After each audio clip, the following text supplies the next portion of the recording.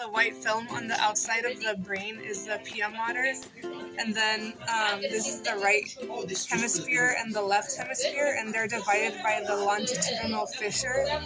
And then sulci are the grooves in the brain, and then the gyri are like the raised bumps. And then for the lobes, this would be the frontal lobe, and then the temporal lobe and the parietal lobe. The occipital lobe would be in the back, and then this would be the cerebellum, and the spinal cord is invisible.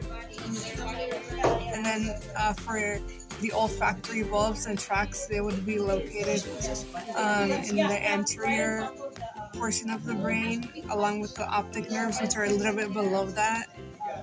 And then the midbrain is visible right here. And then this would be the pons and the medulla oblongata.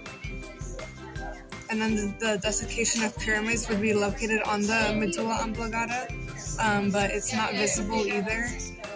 And then the anterior median fissure would be the line that kind of separates it into. Okay.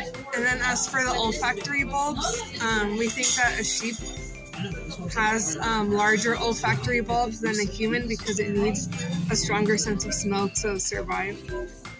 So here we have the cerebral hemisphere, which involves all of this. After that, we have the cingulate gyrus, which is right here. And then the corpus callosum, which is right here. It does this little hook thing. And then the lateral ventricle would be the slit present there. The fornix would be right here. And then the third ventricle is this opening present there, with the pineal gland being the little ball. And then the optic chiasm, would be right here. Then we have the thalamus, which is right here, with the hypothalamus right below it. And then the mammillary body would be right here.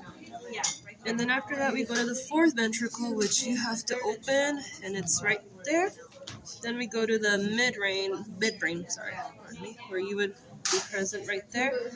Afterwards, we have the superior colliculus and the inferior colliculus. So superior would be this larger one, and inferior would be the one below, followed by the pons, which is right here.